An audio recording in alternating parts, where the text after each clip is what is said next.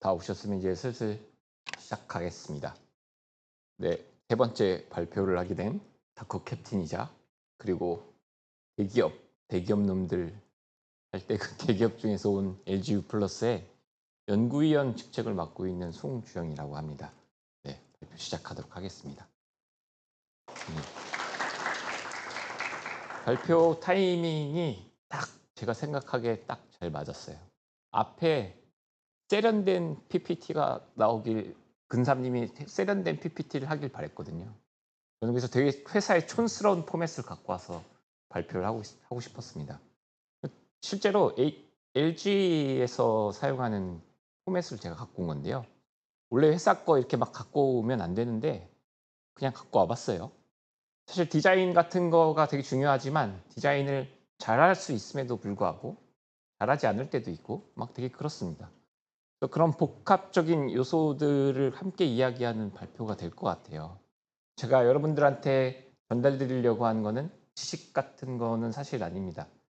제가 이제 맡고 있는 일은 엔지니어가 아니라 사실 매니저이기 때문에 조금 다른 점들을 다른 이야기를 하는 발표가 될 것 같아요.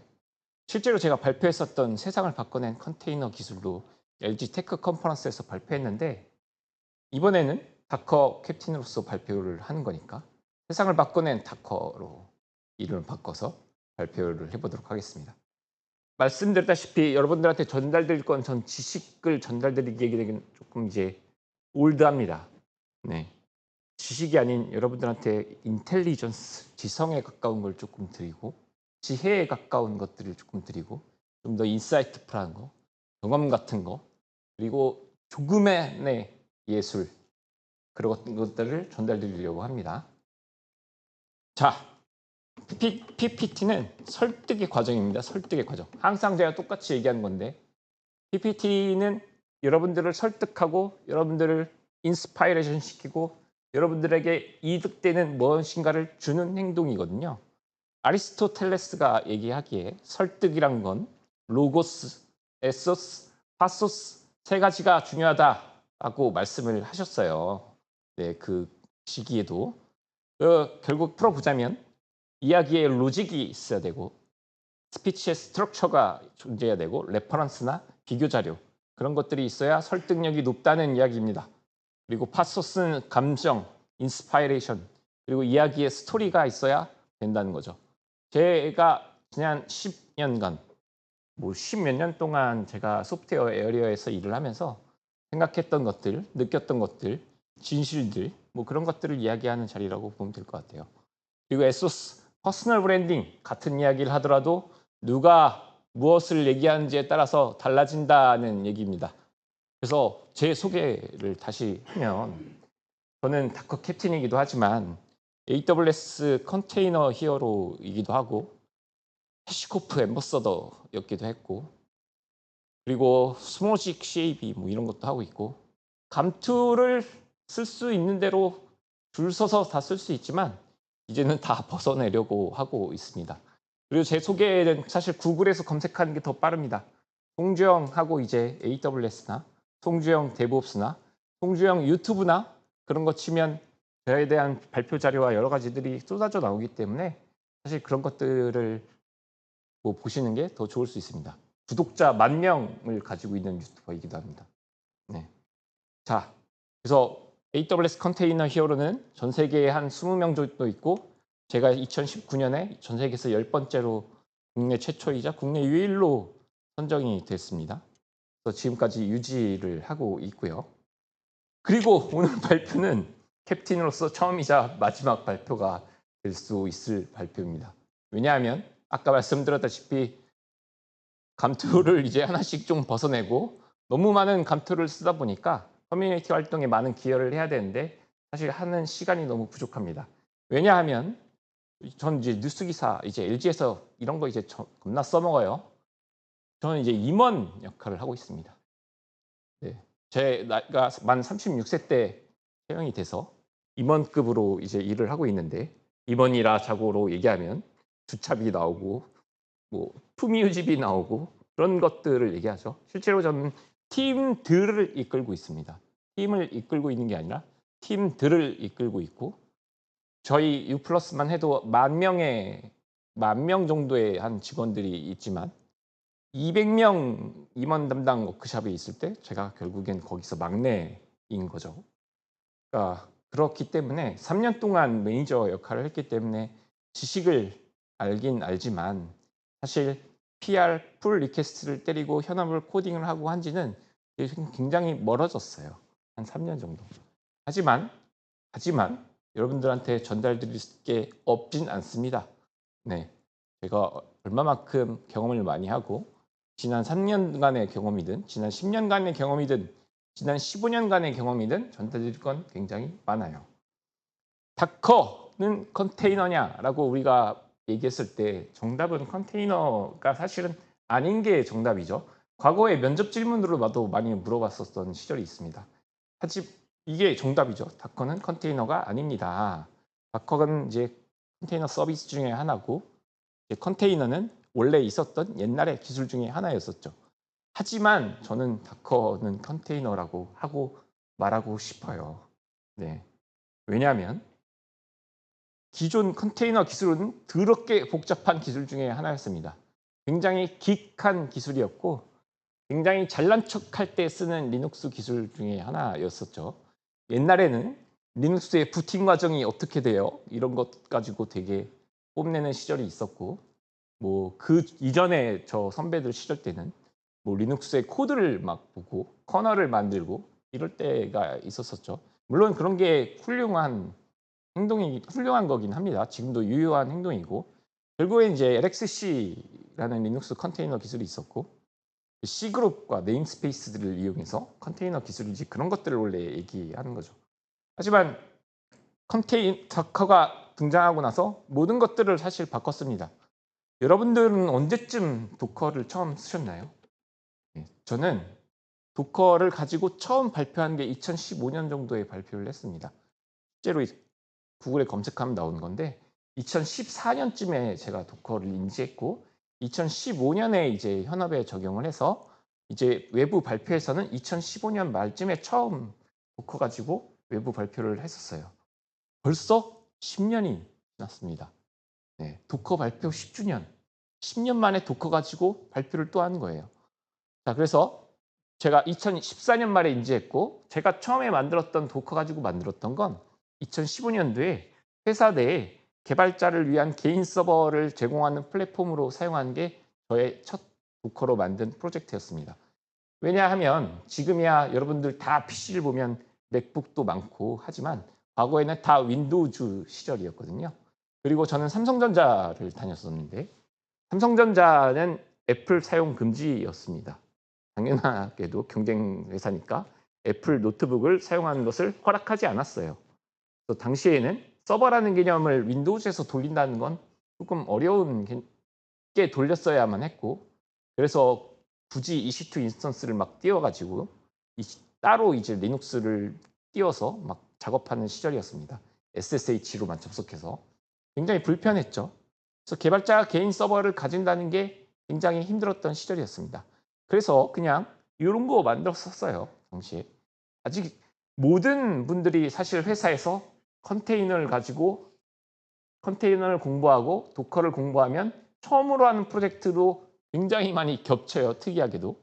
그냥 기존 웹서버를 가진 다커 컨테이너를 띄우고 AWS 로드 밸런서 위에다가 붙이고 도커는 포트를 다 따로 띄우고 N개를 띄울 수 있으니까 그리고 AWS의 도메인 서비스랑 연결을 해서 해당 컨테이너를 심지어 SSH까지 설치해서 진짜 서버처럼 운영할 수 있게 좀 뚱뚱한 컨테이너를 만들었던 거죠. 그리고 AWS의 EFS를 연결해서 디스크 사용량도 무제한으로 쓸 수 있게 이렇게 해서 개인별로 도메인을 소유한 서버를 제공하자라는 프로젝트가 저의 도커를 시작한 첫 프로젝트였습니다. 아직도 말씀드리지만 이런 걸 만드는 경우가 있어요. 네. 그리고 당시에 AWS에선 T타입 인스턴스와 R타입 인스턴스라는 게 출시를 합니다. 메모리가 많은 큰 인스턴스죠. 2코어인데 15기가 램을 가진 뭐 이런 이제 인스턴스 타입들이 나오면서 마침 이게 컨테이너가 딱 적합한 사례죠. 사실 코어 개발 환경에 굉장히 좋은 환경이죠. N개의 컨테이너를 정말 많이 메모리를 가지고 띄우고 사실 코어를 개발 환경에서 쓸 일은 많이 없으니까. 물론 요즘에 AI 시대는 좀 얘기가 다르지만 그래서 2016년에는 도커에 정말 빠져서 2016년에 모든 워크로드를 제가 당시 관리하고 있었던 모든 워크로드를 다커 스웜으로 마이그레이션을 한 걸 계획했습니다. 다커콘 2016년이 제 역사상 가장 최고의 다커콘이자 비운의 다커콘인데요. 여러분도 한번 봐보시길 바랍니다. 당시에 도커콘 16이 일어나면서 사실 세상이 한번 들어졌다 놨다가 다시 안타깝게도 바뀔 뻔했다가 못 바뀌었어요. 그때 이제 내장형 다커의 처음으로 스웜을 내장형으로 출시한 게 2016년도 다커콘의 메인이었습니다. 스웜을 이제 다커에다 놓고 과거에 쿠버네티스를 설치하려면 죽을 맛이었습니다. 이거하고 저거하고 저거하고 저거하고 아무리 따라해도 되지 않았었어요. 노드를 붙이려고 해도 굉장히 복잡한 수동 작업들이 여러 가지들이 많았는데 다커 스웜은 이닛, 조인, 끝이었어요. 그리고 보안도 되고 뭐 로드 밸런싱도 다 되고 서비스라는 걸 제공을 해서 굉장히 레플리카를 늘리는 거라든가 그런 것들이 굉장히 쉬웠습니다. 네. 그래서 먼 은하계에서 이게 아마 이분이 아직도 다커의 대표이신지는 모르겠는데 먼 은하계에서 옛날의 경험을 어떻게 바꿔낼 것인가 막 이런 이야기를 했었죠. 그래서 주요 기능들이 뭐 이런 게 있었습니다. 그래서 지금의 쿠버네티스보다도 훨씬 쉽은 컨테이너 오케스트레이션 툴이고 그 당시 쿠버네티스가 3년 동안 개발했던 거를 다커가 1년 만에 해냈다라는 평이 했었죠. 자, 그런데 안타깝게도 저는 실패했습니다. 스웜으로 마이그레이션 하는 걸. 안타깝게도 다커 스웜의 당시 버전에서는 너무나 많은 버그들이 발생을 했어요. 오버레이 네트워크를 만든 거라든가 이런 게 있어서 로드 밸런싱도 A라는 컨테이너에 보내야 되는데 B 서비스 컨테이너에 보내고 이런 안타까운 것들이 하다가 임원 데모 때 실패를 해버리게 돼요. 그래서 다 부러지게 됩니다. 안타깝게도. 하지만 그래서 2017년에 모두 폐기를 했죠. 그리고 아까와 같은 프로젝트도 사실 다 폐기했습니다. 도커를 폐기했다는 건 아닙니다. 2016년도는 제가 가장 퀀텀 점프를 한 인생에서 가장 성장을 많이 했던 해인데요. 정확하게 컨테이너를 이해했기 때문에 요거를 폐기한 겁니다. 네, 왜냐하면 컨테이너가 시사하는 바를 진정한 의미가 뭔지를 깨달았기 때문이죠. 자, 그러면 그게 뭐냐라고 물었을 때 다커는 사실 로컬 디벨롭먼트라는 개념을 완전히 바꿔낸 기술 중에 하나입니다.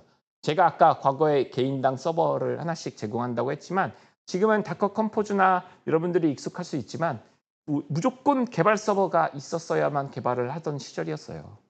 그리고 지금도 아직 그 분들이 현역에 유효하기 때문에 이 얘기가 유효할 수도 있습니다.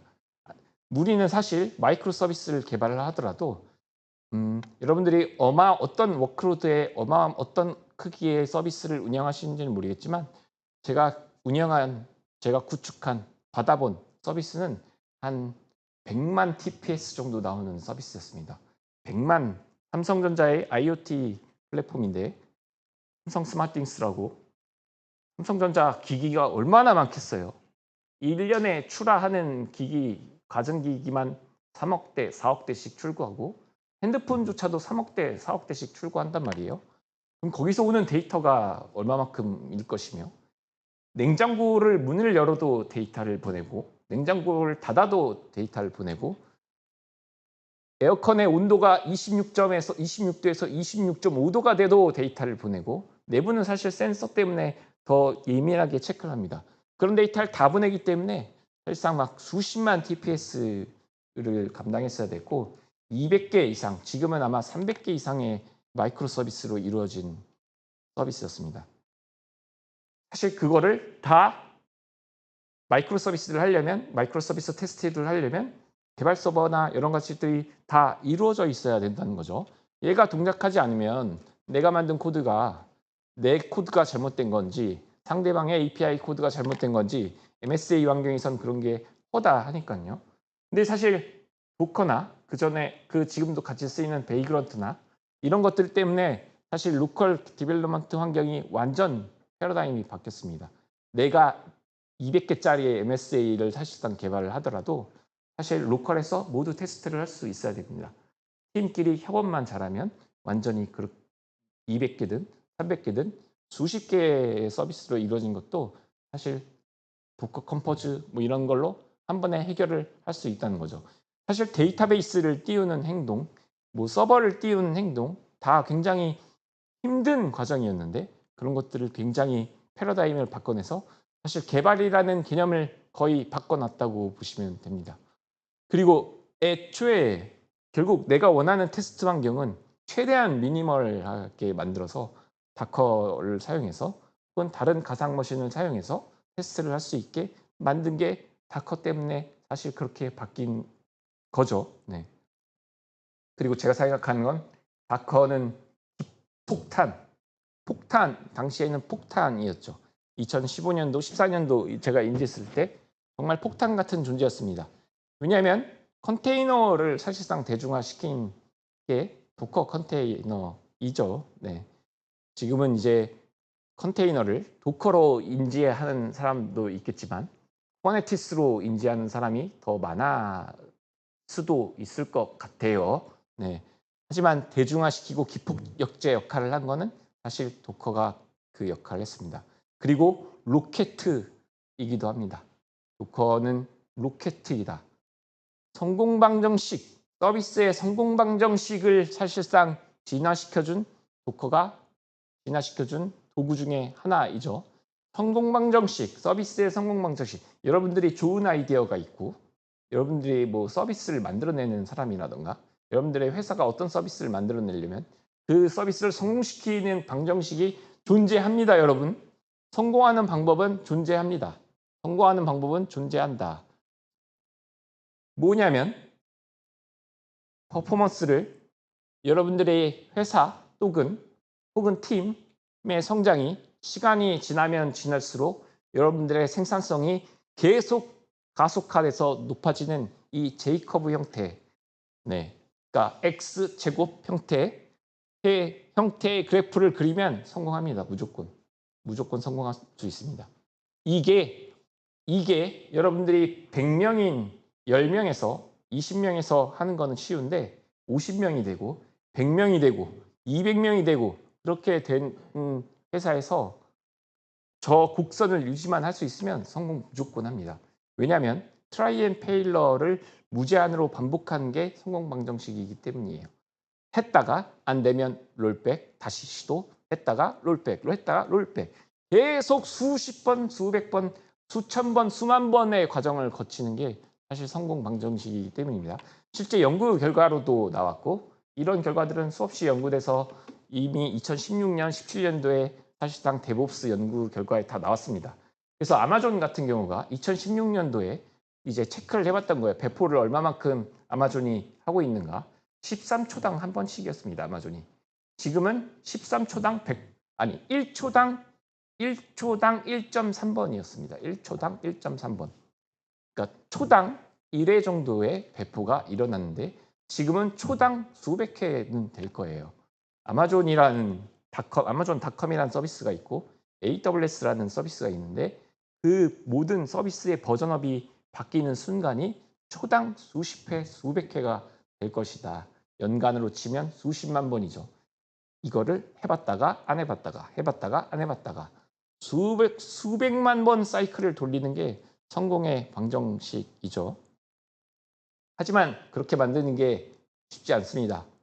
사람이 모이면 정치가 시작되고 돈이 생기면 사람들이 역시 계열이 생기고 그렇기 때문에 사실 이상과 현실은 완전 다릅니다. 진짜 현실은 사실 파랑색에 가까워요. 안타깝게도 사람이 많아지면 일을 더 이상하게 하게 되고 이상한 프로세스들이 생기고 프로세스라고 부르지만 사실은 체크리스트고 그것들이 무슨 제약사항들을 만들어내고 하죠. 그래서 대기업들 우리나라 참 대기업들이 혁신을 해야 되는데 대기업들이 이제 그런 정책들을 많이 펴죠. 챗GPT를 막는다든가 업로드를 접속하고 못하게 만든다거나 회사 내에서 구글 드라이브도 접속하지 못하게 만들고 그런 식들의 행동들을 굉장히 많이 합니다. 사실 어마어마하게 빠른 게 세상은 변해가고 있지만 사실상 그걸 집단이 혹은 국가가 그걸 사실 따라가지 못하는 게 현실이죠. 자, 데브옵스 사실 서비스의 개발 패러다임과 완전 바꾼 거는 사실 혁신은 클라우드였고 그것에 대한 방법론은 데브옵스에 가깝습니다. 세상을 바꿔낸 무엇을 얘기할 때 사실 데브옵스를 정의하기가 굉장히 쉽지 않은데 너무 현실이 너무 많아지고 사실 데브옵스는 제가 비유할 때 인간이랑 비교를 하는데요. 데브옵스를 정의하면 인간은 포유류다라고 정의하면 그것이 사실 정답이긴 하지만 정답은 아니잖아요. 어떻게 인간을 포유류다라고 그 한마디로 정의를 하겠어요. 그래서 데브옵스라는 걸 정의하기가 매년 달라지고 매번 다릅니다. 그래서 어쨌든 지금 제가 밀고 있는 거는 어떤 요구사항을 들어왔을 때 효율적으로 그걸 만족시키거나 이제 완성시키거나 이루기 위해서 자동화하고 지표들을 측정하고 그리고 사람들끼리 공유하고 같이 지식을 배워나가고 결과물들을 축적해 나가는 문화를 얘기한다. 기술이자 방법론 그런 것들이 했죠. 컨테이너가 그 역할을 하는 데 있어서 어마어마한 중요한 역할을 했죠. 배포 속도를 빠르게 하는 걸 기반했고 제가 아까 말씀드린 것들 로컬 개발을 좀 더 쉽게 만든 거 표준을 만들어준 거 그리고 제일 중요한 건 사실 나중에 얘기하겠지만 환경의 일치성입니다. 그런 것들을 잘해야 되는데 그런 것들을 되게 쉽게 만들어줬죠. 그러니까 속도를 빨리 해서 회사나 혹은 여러분들이 어떤 프로덕트를 만들어냈을 때 벨로시티를 계속 유지할 수 있으면 성공한다는 거죠. 근데 무조건 속도가 빠르다는 얘기는 정합성이 맞춰야 된다는 거고 코드의 정합성, 코드가 올바른 코드여야 되고 그런 것들 다 맞아야 되죠. 그리고 확신도 있어야 되는 거고 내가 지금 한 행동이 보안에 어긋나는 행동이냐 보안에 잘하는 행동이냐 이런 것도 정확히 인지를 하고 있어야 되고 기반 기술 이런 것들은 결국 기반 기술과 기본기가 있어야 사실 속도가 상승할 수 있습니다. 네. 그래서 그런 것들을 얘기하려고 해요. 네. 지도 다 이제는 아는 그림인 버추얼 머신에서 컨테이너로 넘어오면서 속도가 엄청 빨라졌죠. 버추얼 머신 구동시키면 당시에는 빠르다고 했지만 드르륵 걸렸지만 사실 컨테이너는 순식간에 떠버리죠. 그래서 배포 속도가 엄청나게 빨라졌습니다. 결국 우리가 소프트웨어 개발하면 소프트웨어 디벨롭먼트 라이프 사이클이라고 하는 위 과정들을 결국 거치게 되어 있는데 소스 코드부터 시작해서 빌드하고 테스트하고 디플로이먼트하고 프로덕션으로 운영 가면 그거를 모니터링하고 뭐 파악하고 분석하고 뭐 데이터를 얻어내고 그 데이터를 다시 분석하고 이 사이클을 계속 도는 게 소프트웨어 디벨롭먼트 라이프 사이클이죠. 자, 앞에 거 두 짝을 Continuous Integration 우리가 CI라고 부르고 소스 코드부터 어플리케이션을 빌드해서 디플로이먼트까지 행하는 걸 Continuous Deployment라고 부릅니다. 그리고 과거에 인프라를 만드는 인프라스트럭처 애저 코드라는 개념이 이제는 확장해서 애저 코드라고 해서 네, 인프라스트럭처 애저 코드, 뭐 테스팅 애저 코드, 뭐 폴리시 애저 코드, 디플로이먼트 애저 코드, 모니터링 애저 코드, 뭐 어센티케이션 애저 코드 다 애저 코드 형태로 바뀌었습니다. 자, 그게 어떻게 바뀌었는지를 좀 얘기를 하고 우리가 반드시 이해를 하고 있어야만 한다는 거예요. 자, 젠킨스 컨티뉴어스 인티그레이션의 대표적인 CI 툴 중에 하나가 젠킨스죠. 옛날 사람도 다 알고 요즘 사람들도 다 아는 툴. 어떻게 보면 전 세계에서 가장 인기 있는 툴 중에 하나인 것 같아요. 젠킨스를 잘 쓰는 게 여러분 혹시 뭘까요? 젠킨스를 잘 사용한다. 어떤 도구든 사실 사용하는 게 중요한 게 아니라 잘 활용하는 게 중요한 거니까 젠킨스를 잘 활용하는 게 무엇이냐라고 물었을 때 사실상 젠킨스는 원래 과거에는 마스터 앤 슬레이브 구조이고 결국 빌드를 하려면 똑같은 환경에서 매번 똑같이 빌드를 했었어야 되는데 과거에는 온프렘 시절에는 젠킨스를 설치하면 계속 똑같은 환경에서 빌드하는 게 아니라 서로 같이 쓰는 온프렘 머신에서 빌드를 하다 보면 누가 자바 1.7에서 1.8로 업그레이드 해놓고 막 이런 일들이 허다했단 말이에요. 그런 것들을 폴더 구조로 나눠서 이런 것들을 해결했지만 컨테이너가 나오면서 이런 것들이 모두 사실 사라졌죠. 이제는 다 프라이머리 젠킨스는 UI일 뿐이고 모든 빌드를 하는 워커노드들은 이제 컨테이너 위에서 빌드하는 게 당연한 거고 컨테이너 위에서 컨테이너 이미지를 빌드하는 게 당연한 거고 컨테이너를 사용해서 무엇인가 하는 게 당연한 세상이 왔다는 거죠. 완전히 패러다임을 바꿔놨죠. 그리고 컨티뉴어스 딜리버리에서 이미지화시키고 버저닝하는 체계를 만든 게 컨테이너의 혁신입니다. 버저닝하는 게 여러분 쉽다고 생각할 수는 있지만 과연 내가 모든 업무들에 대한 버저닝을 할 수 있을까라고 물어보면 상당히 어렵습니다. 2013년 12월 14일로 돌아가서 그때 우리 서비스의 배포가 몇 번 일어났고 그때 변경 사항이 뭐가 됐어? 그때 버전은 뭐였어? 라는 걸 추적하면 사실 어렵거든요. 근데 사실상 우리가 이미지를 다크허브 내지는 ECR 이런 것에 올리면 사실 버저닝을 하기 싫어도 어쨌든 버저닝이 찍히게 되죠. 물론 덮어쓰기 같은 거 하면 안 되지만 어쨌든 버저닝이라는 개념을 조금 더 쉽게 만들었다는 거죠. 사실 굉장히 어렵습니다. 시만틱 버저닝 같은 걸 실제로 구현하는 게 실제로 어려워요. 1.0.0점, 1.0.1, 1.1.1, 2.0.0 이렇게 사실 각 숫자의 의미가 있는데 그 버저닝을 만드는 건 생각보다 되게 어려운 작업이에요. 컨테이너가 대중화되면서 오케스트레이션 툴이 대중화되면서 모든 사람들이 그 뒤에 뭐가 붙었든 숫자가 붙었든 젠킨스의 넘버가 붙었든 깃허브에 샤 아이디가 붙든 날짜가 붙든 어쨌든 버저닝을 해서 배포를 하는 구조로 바뀌었다는 거죠. 그게 별거 아닌 것 같지만 어마어마한 혁신이라는 거죠. 왜냐하면 성공 방정식은 속도인데 그 속도를 어마어마하게 빠르게 내가 언제든 그 넘버만 알고 있으면 롤백할 수 있고 이런 체계를 만들어냈으니까요. 그리고 인프라스트럭처적 코드는 사실상 스페시피케이션, 디클레러티브 사상을 지키는 게 가장 중요합니다. 사실 이전부터 컨테이너 세상의 이전부터 어떻게 인프라를 사실상 잘 관리할까는 항상 모든 엔지니어들의 고민이었단 말이에요. 우리의 서비스, 우리 그 지탱하는 인프라들 그런 것들을 어떻게 관리할지는 굉장히 고민이던 시절이었죠.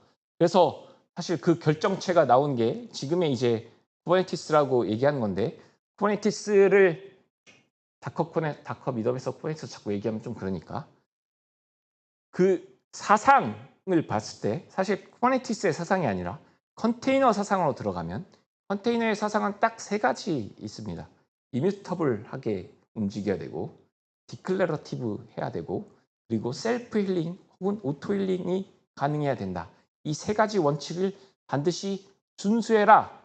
그렇게 만들면 다 속도가 빨라진다인 거죠. 컨테이너는 배포할 때 여러분 컨테이너에다가 뭘 배포하지 않습니다. 컨테이너를 통째로 갈아치우는 배포를 하죠. 그걸 우리는 이뮤터블 인프라스트럭처라고 부릅니다. 그 형태를. 그거를 더 잘 이해하고 사실 잘 만드는 게 굉장히 중요합니다. 여러분들이 EC2를 쓰든 애저의 VM을 쓰든 GCP의 VM을 쓰든 어떤 VM을 쓰든 컨테이너를 쓰든 다 서버가 이뮤터블하게 동작해야 되고 그 서버를 이루는 과정 어떤 걸 설치해 A2를 설치해 B2를 설치해 보안 툴 설치해 접근 제어 툴 설치해 모든 툴 처리하는 과정이 사실상 코드화되어 있어야 된다는 거죠. 그게 디클레러티브 사상입니다. 컨테이너는 다커 이미지를 만들 때 우리가 어떤 행동을 할지 적잖아요. 사실상 그게 별거 아닌 것처럼 보이지만 사실 사상이 먼저 어떻게 하는 방법론이 나왔고 그게 사상으로 만들어지고 그렇게 해서 그 다커 이미지까지 온 겁니다. 자, 그래서 챗GPT한테 물어봐도 속도와 가속화는 중요하다는 것은 알고 있고 이미 모든 회사가 다 알고 있는 얘기입니다. 지루한 얘기 입니다. 우리는 이제 다음 걸 뭘 얘기해야 될지를 얘기해야 되는데, 네, 2022년 AWS CTO 분이 얘기한 건데, 이때 얘기한 게 세상은 어싱크로너스하게 움직인다가 첫 번째, 두 번째는 시뮬레이션의 반복이다라고 했거든요. 여러분, 아까도 계속 나오는 단어가 이제 시뮬레이션 계속 더 여러분들은 더 많이 듣게 될 거예요. 시뮬레이션 해봤어? 시뮬레이션 됐어? 계속 유행어처럼 번지게 될 겁니다. 2022년도에 나온 얘기지만 한 원래 5, 6년 후에 터지게 돼 있거든요. 이제 2, 3년 후에 무조건 시뮬레이션이라는 단어가 대중화가 될 거예요. 우리가 어떻게 고객을 어떻게 할지, 어떤 서비스를 만들어낼지, 어떤 반응을 이뤄낼지 미리 예측하고 실제 테스트해보고 하는 거죠. 이제 넘어서 예측하는 수준으로 간 거니까 그 결과물이 사실 AI죠. 네.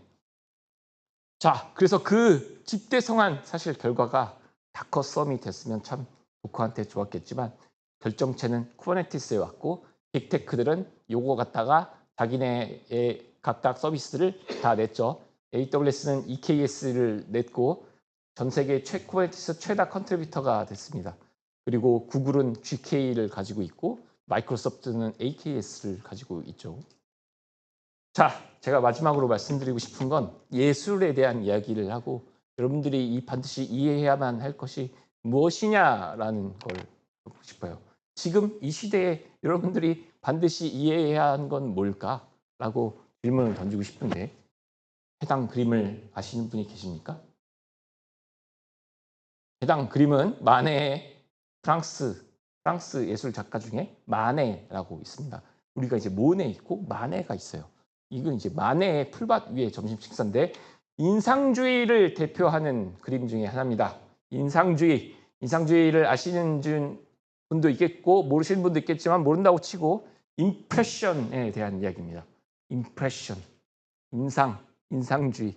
19세기 후반에 프랑스 예술 운동으로 인간과 자연을 현실적으로 그리는 게 아니라 주관적인 감정과 인상을 기반으로 인간의 삶과 자연에 대한 작품을 만들었다 등등등. 그래서 이게 모더니즘의 시초가 되었다라고 하는 거죠. 제가 이 얘기를 왜 하냐면 여러분 지금 인간이 살고 있는 몇십만 년의 역사상 가장 중요한 사건이 뭐였냐고 물을 때 저는 인상주의가 탄생했을 때가 가장 큰 그 기반점의 하나였다라고 생각합니다. 이전의 예술들은 귀족들을 그리고 사실 우리가 보이지 않는 신들을 그리고 벽화를 그리고 어마어마한 작품들을 그리는 거였는데 사실 이 당시 때 여러 가지들이 개발됩니다.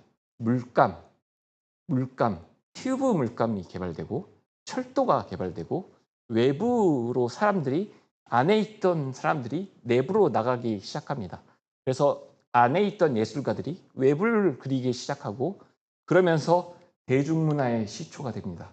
이렇게 사실상 역사는 사실 이렇게 흘러가면서 대중문화 그리고 이제 무슨 주의들 민주주의든 사회주의든 그렇게 인간의 문명이 사실상 이때부터 정식으로 탄생한 거죠.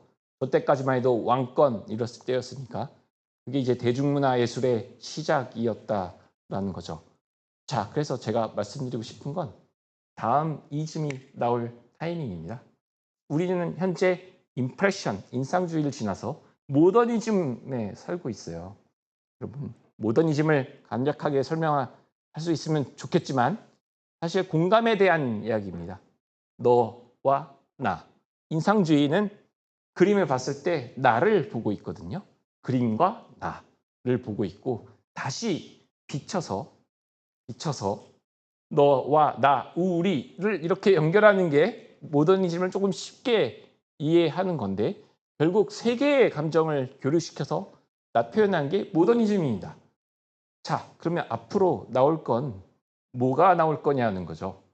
너와 나, 우리 그리고 AI가 나올 것 같아요. 저는 네 번째.